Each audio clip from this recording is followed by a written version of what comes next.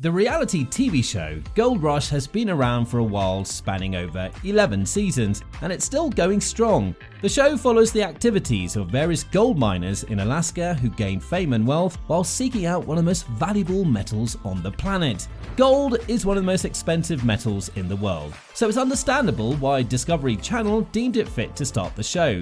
Gold Rush cast members also go at length to mine as much gold as possible. It is clear that the cast mining efforts are often successful. What many fans don't know is how much the cast makes. Tales of searches for lost and hidden gold are as old as time, but the real question is, can you really get rich by searching for gold? It looks like the answer is actually yes. The cast members on Gold Rush are doing much better than you might think. So, let's unveil how rich the cast members of the Gold Rush are.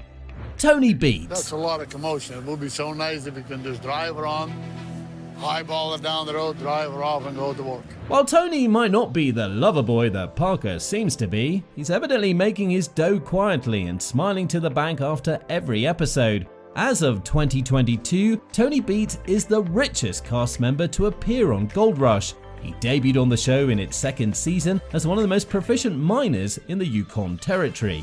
Prior to his fame, Tony worked as a cow milker before pursuing mining in 1984. Since then, he's been digging for gold and had decades of experience in his portfolio, which led to him to become a reality TV star.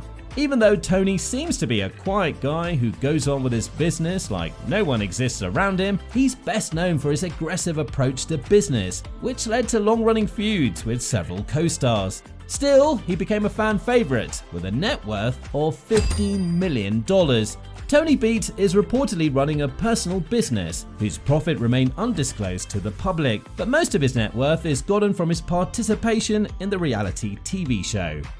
Parker Schnabel. Everybody knew how to dig pay, but there are round rock everywhere. We all know the legendary John Schnabel on the show. His little boy Parker, who joined in season 2, is out there making a name for himself and his family. Though he's much younger than most other miners, Parker's already earned substantial wealth for himself and even gave Tony Beets a run for his money. Parker Schnabel started digging at the age of 16, and he was considered a mining prodigy. As a teen, he successfully excavated the Big Nugget Creek mine alone. After the death of his grandfather, he took full control of the family business.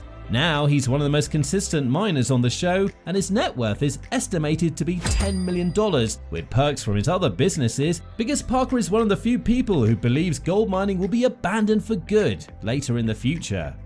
Todd Hoffman. We got water! The question is, do we have enough for the sluice? What do you think? That's it! That'll do it! We got white water! Like Parker Schnabel, Todd followed the footsteps of his father Jack Hoffman on the show. Jack, being one of the few persons who led the cast when the show first debuted, showed his son how the business is run, and Todd learned well. Before he tried his hand at mining, Todd was the owner of a small Oregon airstrip. When the business started losing money, he gathered 6 unemployed pals and went to Alaska to join his father. However, Todd eventually left the reality TV show in season 8. He's now part of one of the spin-off series of Gold Rush, Hoffman Family Gold. He also maintains his $7 million fortune with multiple business pursuits. Amidst all, Todd might be on his way to dethrone Parker with his multiple business ideas. Fred Hurt. You never know when you're going to find gold. You just never know. And you never know when you're not going to find gold. Fred Hurt is one of the Dakota Boys who was first introduced to viewers in season 1. However, Fred didn't become a regular cast member until the second season with the likes of Parker Schnabel and Todd Hoffman. Fred has a different background. Unlike the rest, he was already a miner before he became a reality TV figure. Aside from that, Hurt was also a fisherman. In the show, he started working with the Hoffman crew at Porcupine Creek. Fred has also left the show midway. However, he didn't abandon the franchise entirely as he starred in the spin-off series Gold Rush Whitewater. Who would leave gold mining for some unprofitable business? As of 2022, Fred's net worth is approximately $6 million, with the majority of his wealth coming from his time on the show. Rick Ness. I think we're going to have to probably seriously consider shutting down camp. Rick's career change soon turned out to be something worth celebrating after appearing on the show. Rick was initially planning on becoming a footballer in college, but an injury put an end to his sports career. Then he formed a fairly successful band called 357 String Band, which he left after becoming a miner. Initially building his reputation as the trusted foreman of Parker Schnabel in Season 3, Rick Ness has grown to become a reliable mine boss on his own after some work conflicts. Fortunately for him, he hit the jackpot in his rookie year as a mine boss. This awarded him a wealth of $3 million on the show. Dave Turin. Are you serious? There's no gold here.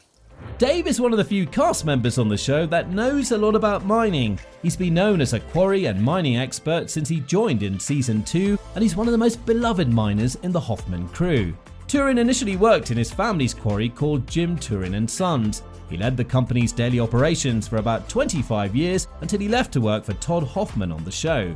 Like Fred, Turin decided to leave the main show and appear in a spin-off series. His show, Gold Rush, Dave Turin's Lost Mine, started airing in 2019, and now his fortune is estimated to be $2 million. Fred Lewis. It just seems a lot more high risk. It seems like Sandro and Jorg are really going to expect big numbers. Fred, an ex-military personnel who also trained for medical emergencies, joined Schnabel's security department and soon filled the shoes of Ness when he left Parker's crew. He first appeared in the spin-off series Gold Rush, Parker's Trail, before making his debut on the show. Fred was a big help for the team in their quest to conquer the Klondike route, which took them across the Yukon River and into Dawson City. Fred has a net worth of $1.6 million. Freddy Dodge. These are, call them ribs for the sluice box to make it stronger. Just grinding them up so they'll weld a bit easier. For many who don't know Freddy, he is the gold guru of the gold rush due to his expertise and vast experience in gold mining. Freddy was featured in Seasons 1 and 2, but he only became a permanent star in Season 3. Freddy began mining when he was just 9 years old. Starting young allowed him to master the art of mining later on. It was the reason why Todd Hoffman needed his expertise in his crew, and due to his brilliance and expertise, Freddy got his spin-off series, Gold Rush, Freddy Dodge's Mine Rescue. Freddy, who also has other personal businesses like MSI Mining Equipment and the Big Red Wash Plant, is estimated to be worth $1 million as of 2022.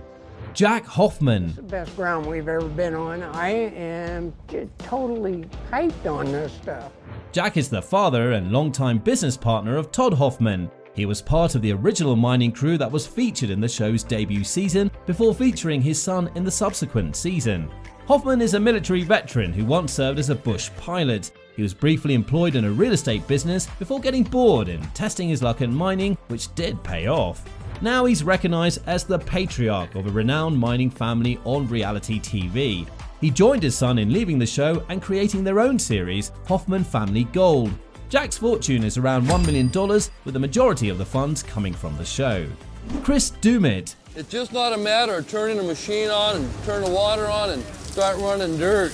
You gotta figure it out. At first, Chris worked as a plant carpenter. When he was asked to construct a cabin for friend and co-star Greg Remsburg, he ended up with an invitation to mine with the Hoffman Group.